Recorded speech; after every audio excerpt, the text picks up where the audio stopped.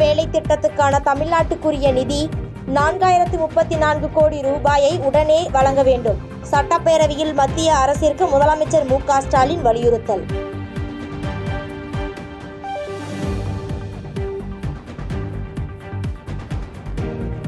ஒன்றிய அரசின் குடியுரிமை மற்றும் வெளிநாட்டினர் முறைப்படுத்துதல் மசோதாவால் தமிழ்நாட்டில் உள்ள இலங்கை தமிழர்களுக்கு பெரும் பாதிப்பு. மக்களவையில் திமுக நாடாளுமன்ற குழு தலைவர் கனிமொழி எம்பி குற்றச்சாட்டு.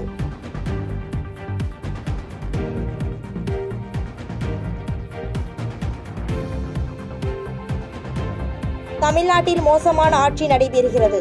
காவல்துறை மீது அச்சமின்றி கஞ்சா போதையில் வீதியில் ரவுடிகள் உலாவுவதாகவும் எடப்பாடி பழனிசாமி விமர்சனம்.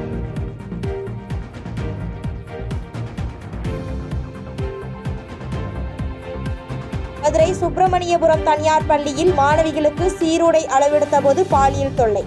புகாரின் பேரில் ஆசிரியை உட்பட 2 டெய்லர்கள் மீது போக்சோ வழக்கு பதிவு.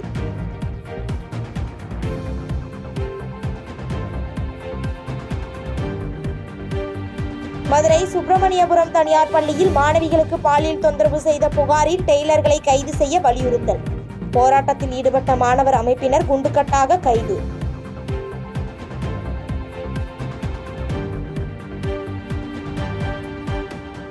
சேலம் மாநகராட்சி கூட்டத்தில் திமுக அதிமுக உறுப்பினர்களிடையே கடும் வாக்குவாதம். வார்டு பிரச்சனைகள் குறித்து பேச முற்பட்ட அதிமுகவினருக்கு திமுக எதிர்ப்பு தெரிவித்ததால் பரபரப்பு.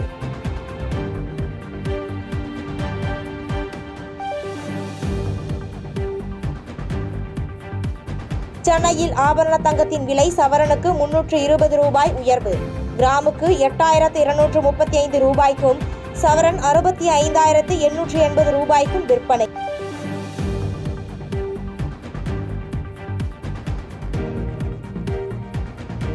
பாதகம் செய்பவரை கண்டால் நாம் பயம் கொள்ளலாகாது பாப்பா.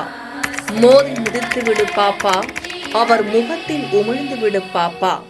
அண்மை செய்திகளை உடனுக்குடன் தெரிந்து கொள்ள இணைந்திருங்கள் எம் நாடு தொலைக்காட்சியுடன்.